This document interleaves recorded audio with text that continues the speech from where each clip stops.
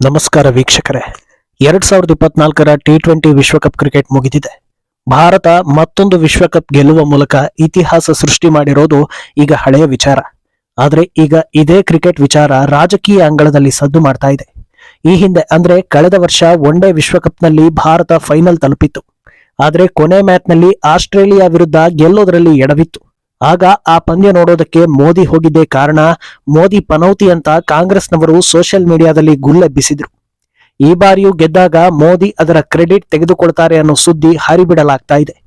ಆದರೆ ಅದಕ್ಕೆ ಕೌಂಟರ್ಗಳು ಕೂಡ ಬರ್ತಾ ಇದ್ದು, ಭಾರತದ ಇತಿಹಾಸ ಕೆದಕುತ್ತಾ ಹೋದ್ರೆ ಅಸಲಿ ಕ್ರೆಡಿಟ್ ಪಡೆದಿದ್ದು ಯಾರು ಅನ್ನೋದು ದೊಡ್ಡ ಮಟ್ಟದಲ್ಲಿ ಚರ್ಚೆ ಆಗ್ತಾ ಇದೆ. ಫೋಟೋ ಸಮೇತ ಗಾಂಧಿ ಕುಟುಂಬಕ್ಕೆ ಟಕ್ಕರ್ ಕೊಡ್ತಾ ಇದ್ದಾರೆ. ಹಾಗಿದ್ರೆ ರಾಜಕೀಯದಲ್ಲಿ ಕ್ರೆಡಿಟ್ ಶೂರರು ಯಾರು, ಯಾವ ವರ್ಷದಲ್ಲಿ ಏನಾಗಿತ್ತು, ಇದೆಲ್ಲವನ್ನ ಒನ್ ಬೈ ಒನ್ ವಿವರಿಸ್ತಾ ಹೋಗ್ತೀವಿ. ಈ ವಿಡಿಯೋವನ್ನ ತಪ್ಪದೆ ಕೊನೆ ತನಕ ನೋಡಿ. ಅದಕ್ಕೂ ಮುನ್ನ ಮೀಡಿಯಾ ಮಾನ್ಸ್ಟರ್ ಚಾನಲ್ ಅನ್ನ ತಪ್ಪದೆ ಸಬ್ಸ್ಕ್ರೈಬ್ ಮಾಡಿ. ಎಸ್, ಇದೊಂದು ಅಭ್ಯಾಸ ಮೋದಿ ಪ್ರಧಾನಿ ಆದ ಮೇಲೆ ಹೆಚ್ಚಾಗಿದೆ. ಭಾರತ ಯಾವ ಕ್ಷೇತ್ರದಲ್ಲಿ ಗೆಲುವು ಸಾಧಿಸಿದರೂ ಅದಕ್ಕೆ ಮೋದಿ ಅಭಿನಂದನೆ ಸಲ್ಲಿಸೋದೇ ತಪ್ಪು ಅನ್ನೋ ವಾತಾವರಣ ಸೃಷ್ಟಿಸಲಾಗಿದೆ. ಅದರಲ್ಲೂ ಕ್ರಿಕೆಟ್ನಲ್ಲಿ ಗೆದ್ದಾಗ ಮೋದಿ ವಿಶ್ ಮಾಡೋದೇ ತಡ, ಇದರ ಕ್ರೆಡಿಟ್ ತೆಗೆದುಕೊಳ್ಳೋದಕ್ಕೆ ಬಂದ್ರಪ್ಪ ಅನ್ನೋ ರಾಗ ಶುರುವಾಗುತ್ತೆ. ಆದರೆ ಈ ಗೆಲುವಿಗೆ ಮೋದಿ ಕಾರಣ ಅಂತ ಅವರು ಹೇಳಿಕೊಂಡಿಲ್ಲ, ಬಿಜೆಪಿಯೂ ಹೇಳ್ಕೊಂಡಿಲ್ಲ. ಆದರೆ ಕಾಂಗ್ರೆಸ್ ಹಾಗೂ ಇತರೆ ವಿಪಕ್ಷಗಳು ಮಾತ್ರ ಭಾರತದಲ್ಲಿ ಯಾವ ಗೆಲುವಾದ್ರೂ ಅದಕ್ಕೆ ಮೋದಿ ಕಾರಣ ಅನ್ನೋದನ್ನ ಮೊದಲೇ ನಿರ್ಧರಿಸಿ ಕಾಮೆಂಟ್ ಮಾಡ್ತಾ ಇರುತ್ತವೆ. ಅಂದಹಾಗೆ ಮೊನ್ನೆ ಭಾರತ ದಕ್ಷಿಣ ಆಫ್ರಿಕಾ ವಿರುದ್ಧ ರೋಚಕ ಗೆಲುವು ಸಾಧಿಸಿ ವಿಶ್ವಕಪ್ ಮುಡಿಗೇರಿಸಿಕೊಂಡಿದ್ದೇ ತಡ ಮತ್ತೆ ಸೋಷಿಯಲ್ ಮೀಡಿಯಾದಲ್ಲಿ ಕ್ರೆಡಿಟ್ ವಿಚಾರ ಸದ್ದು ಮಾಡೋದಕ್ಕೆ ಶುರು ಮಾಡ್ತು. ಆದರೆ ಈ ಬಾರಿ ಕಾಂಗ್ರೆಸ್ಗೆ ಬ್ಯಾಕ್ ಫೈರ್ ಆಗ್ತಾ ಇದೆ. 1983ರಲ್ಲಿ ಭಾರತದ ಮಾಜಿ ಕ್ರಿಕೆಟ್ ಆಟಗಾರ ಕಪಿಲ್ ದೇವ್ ನೇತೃತ್ವದ ತಂಡ ಭಾರತಕ್ಕೆ ಚೊಚ್ಚಲ ವಿಶ್ವಕಪ್ ಅನ್ನ ತಂದುಕೊಟ್ಟಿತ್ತು. ಆಗ ಭಾರತದ ಪ್ರಧಾನಿಯಾಗಿದ್ದ ದಿವಂಗತ ಇಂದಿರಾ ಗಾಂಧಿ ಜೊತೆಗೆ ಟೀಂ ಇಂಡಿಯಾ ಫೋಟೋ ತೆಗೆಸಿಕೊಂಡಿತ್ತು. ಈಗ ಆ ಫೋಟೋ ಮತ್ತೆ ವೈರಲ್ ಆಗ್ತಾ ಇದೆ.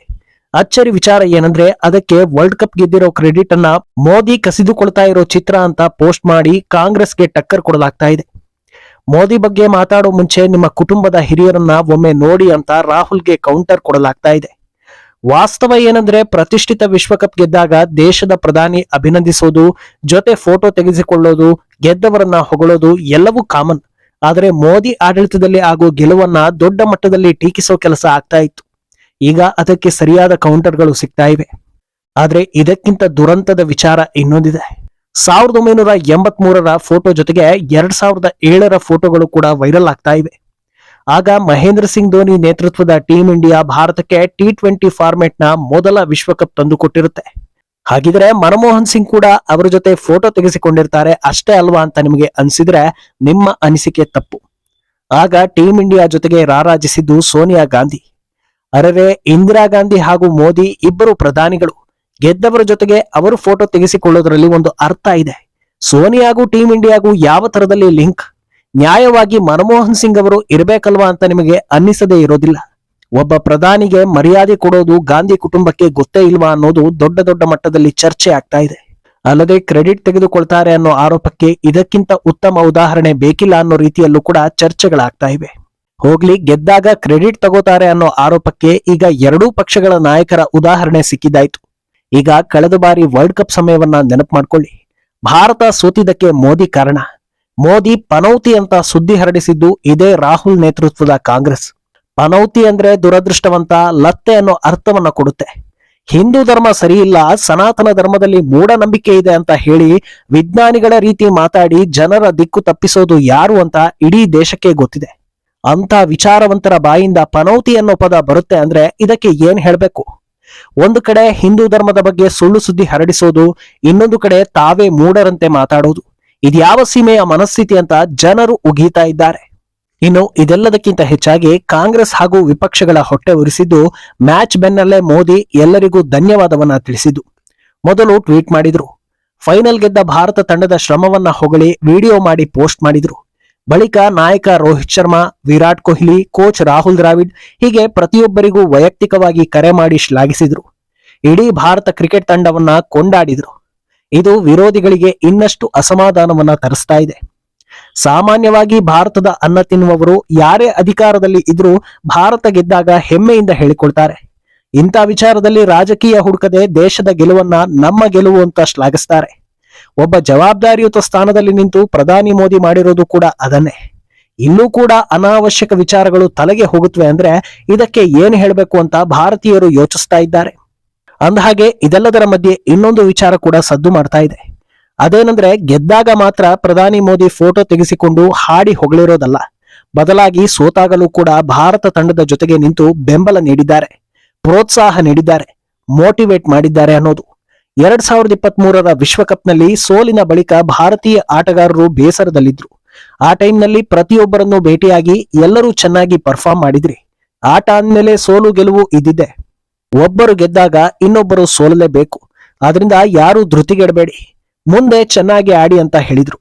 ಇದನ್ನ ನೋಡಿ ಭಾರತೀಯರು ಹೊಗಳೋಕೆ ಶುರು ಮಾಡಿದ್ದೇ ತಡ ಈ ಪನೌತಿ ಅನ್ನೋ ನರೇಟಿವ್ ಸೆಟ್ ಮಾಡಿತ್ತು ಕಾಂಗ್ರೆಸ್. ಮೋದಿ ಬಂದಿದ್ರಿಂದಲೇ ಭಾರತ ಸೋತಿದ್ದು ಅಂತ ಸುದ್ದಿ ಹಬ್ಬಿಸಿತು. ದುರಂತದ ವಿಚಾರ ಏನಂದ್ರೆ ಜಾತ್ಯತೀತ, ಹಿಂದೂ ವಿರೋಧ, ಹಿಂದೂಗಳು ಮೂಢರು, ಸನಾತನ ನಂಬಿಕೆಗಳು ಸರಿ ಇಲ್ಲ ಅಂತ ಹೇಳಿಕೊಂಡು ಫೇಮಸ್ ಆಗಿರೋ ಗಣ್ಯ ವ್ಯಕ್ತಿಗಳ ಬಾಯಲ್ಲೂ ಪನೌತಿ ಅನ್ನೋದು ಬಂದಿತ್ತು ಅನ್ನೋದು. ಆಗ ಗಣ್ಯ ವ್ಯಕ್ತಿಗಳ ಬಗ್ಗೆ ಜನಸಾಮಾನ್ಯರಿಗೆ ಅನುಮಾನ ಬಂದಿತ್ತು. ಬರೀ ಕ್ರಿಕೆಟ್ ವಿಚಾರ ಮಾತ್ರವಲ್ಲದೆ ಯಾವ ವಿಚಾರದಲ್ಲಿ ಭಾರತ ಗೆಲುವನ್ನ ಸಾಧಿಸಿದ್ರೂ ಮೋದಿ ಅಭಿನಂದಿಸಿದ್ದಾರೆ, ಸೋತಾಗ ಬೆನ್ನಿಗೆ ನಿಂತಿದ್ದಾರೆ ಅನ್ನೋದು ಕೂಡ ಸಾಕ್ಷಿ ಸಮೇತ ವೈರಲ್ ಆಗ್ತಾ ಇವೆ. ಈ ಹಿಂದೆ ಇಸ್ರೋದ ಸ್ಯಾಟಲೈಟ್ ಕೊನೆ ಗಳಿಗೆಯಲ್ಲಿ ವಿಫಲವಾಗಿದ್ದು ಕೂಡ ದೊಡ್ಡ ಸುದ್ದಿಯಾಗಿತ್ತು. ಜಗತ್ತಿನಾದ್ಯಂತ ಭಾರತದ ವೈಫಲ್ಯ ಅನ್ನೋ ಹೆಡ್ಲೈನ್ ಬಂದಿತ್ತು. ಆ ಮೆಗಾ ಪ್ರಾಜೆಕ್ಟ್ ನಲ್ಲಿ ಭಾಗಿಯಾಗಿದ್ದವರೆಲ್ಲ ದುಃಖದಲ್ಲಿದ್ರು.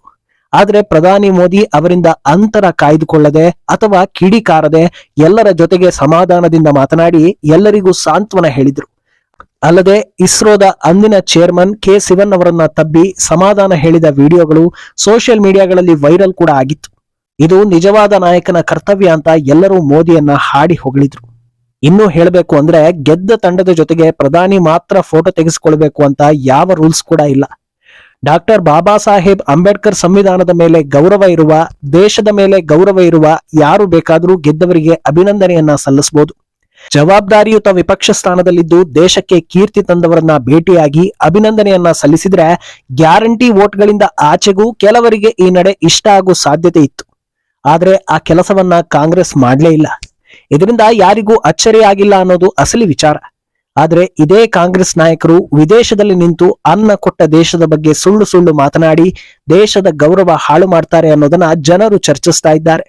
ಯಾವ ಪಕ್ಷವೇ ಆಗ್ಲಿ ಭಾರತದಲ್ಲಿ ಇದ್ದ ಮೇಲೆ ಭಾರತದ ಗೆಲುವನ್ನ ಸಂಭ್ರಮಿಸೋದ್ರಲ್ಲಿ ಯಾವ ತಪ್ಪು ಇಲ್ಲ ಅನ್ನೋದನ್ನ ಜನರು ಹೇಳ್ತಾ ಇದ್ದಾರೆ.